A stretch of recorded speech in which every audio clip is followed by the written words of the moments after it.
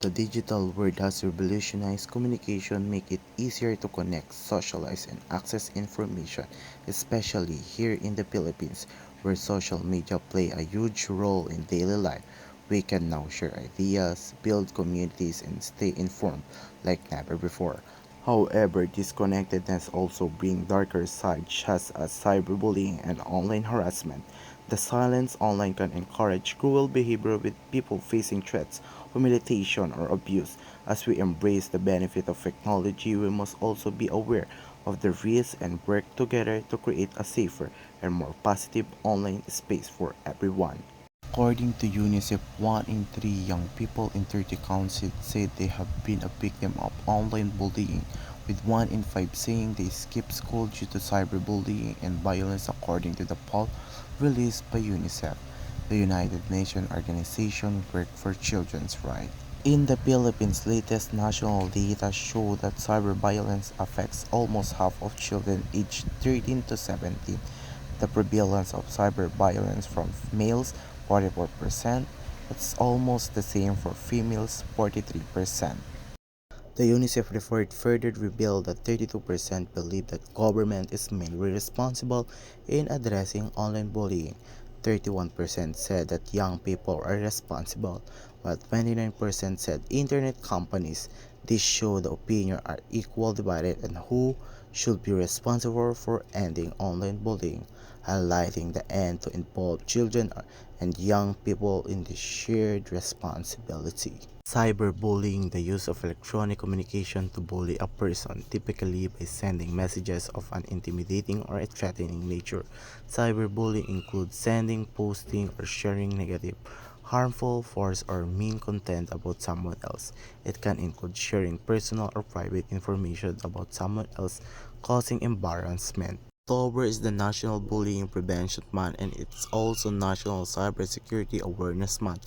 It is an ideal month to bring awareness to cyberbullying and the potential danger associated with it. Nasa mo na bang mabully o maharas online? Opo, Anong social media platform ang ginamit para mabully ka? Messenger po. Anong mga bagay ang sinabi o ginawa sa iyo ng taong nambubuli? Na, nagsisend po siya sa akin ng mga malalaswang video, ng mga nakanood siya. Tapos, pag sinasabi niya po sa akin na mag-send din daw po ako sa kanya ng mga malalaswang video, at saka mga picture na nakahubad.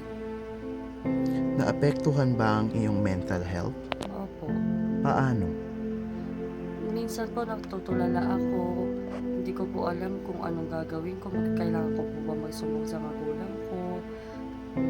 Napapatulala ako dahil nga po na sinabi niya po sa akin na papatayin niya daw po ako at saka yung magulang ko kapag nagsumbong daw po ako. Naisipan mo ba na tumigil sa social media dahil sa pambubuli? Kung mararanasan mo ulit ito ngayon, ano ang gagawin mong hakbang? Magsusumbong na po ako sa parents ko para matulungan po nila ako mag-file ng kaso sa nambubuli sa akin. Anong masasabi mo sa mga tao nang bubuli online? Sana itigil na nila yung mga ginagawa nila. Hindi nila alam kung anong magiging epekto dun sa taong binubuli nila. Yun lang po. Ako nga pala si Police Lieutenant Alexander Jimenez ng Manila District Anti-Cybercrime Team. Na-assign ako ng MDAC since July 2021. And until now, I am the Assistant Team Leader ng unit na ito. Pakiulit nga po yung tanong. Anong unang dapat gawin o hakbang kapag ikaw ay naging biktima ng cyberbullying or online harassment? Okay, bago natin simulan yan, magkakaroon muna tayo ng separate explanation sa cyberbullying at sa cyberlibel.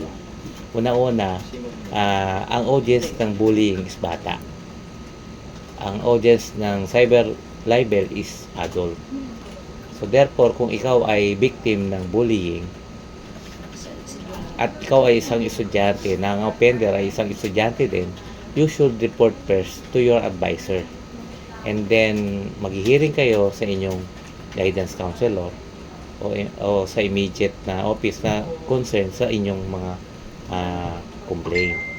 Pero kung ikaw naman ni adult, usually kapag meron tayong report ng cyber libel, you should first report your complaint to nearest cybercrime office. For example, taga Maynila ka, dito ka magre-report sa Manila District Anti-Cybercrime Team.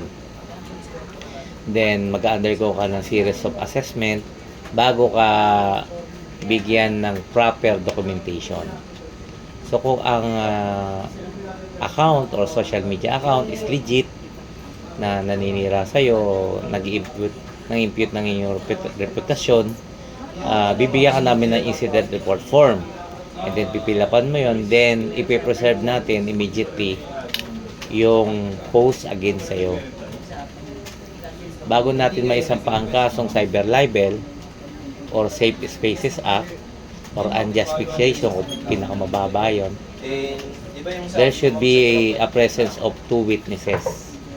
Dapat meron tayo noon. Isang witness na friend or with communication doon sa suspect natin online. At the same time, kung sino yung unang nakakita ng post or kung sino yung nag-inform sa'yo about the libelous post.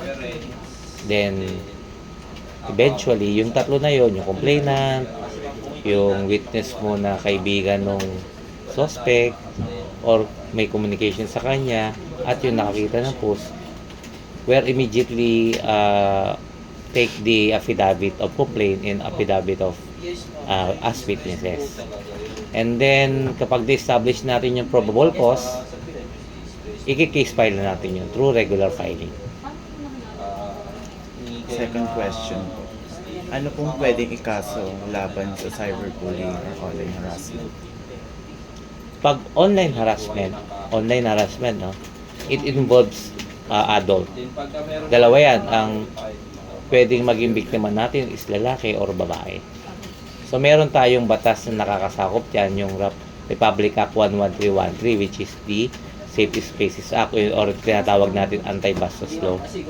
So, nakukomit ito through public. Pero ang i-discuss natin is yung about online-based gender.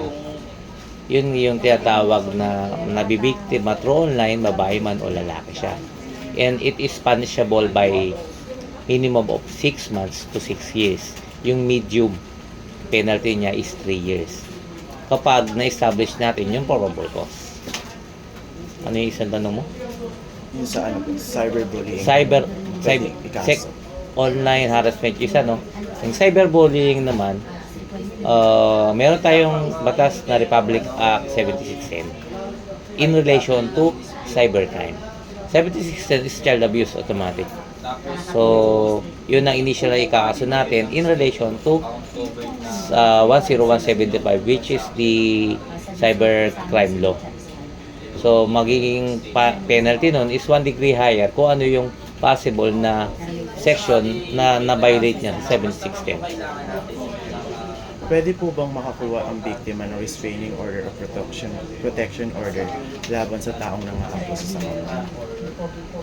Pwede siguro if yung nasa immediate circle niya. Pwede siguro yun. Pero wala pa kaming reported na gano'n. Usually sa BAO silang meron gano'n. Yung BPO na tinatawag, di ba? Yung Barangay Protection Order na minamandato yung suspect na hindi pwedeng lumambit ng bahay sa mag-asawa sa violation ng Republic Act 9262. Pero siguro kung ang offender natin is yung immediate family or yung mismong magulang, possible siguro kung ako yung barangay chairman, mag-issue ako ng TRO or yung BPO. Pero as of now, wala pa kami experience na ano. Okay po, thank you po. The hotline and social media site that you can call and message if you are experiencing cyberbullying and online harassment. Do not hesitate to call the following number. Here's our follow.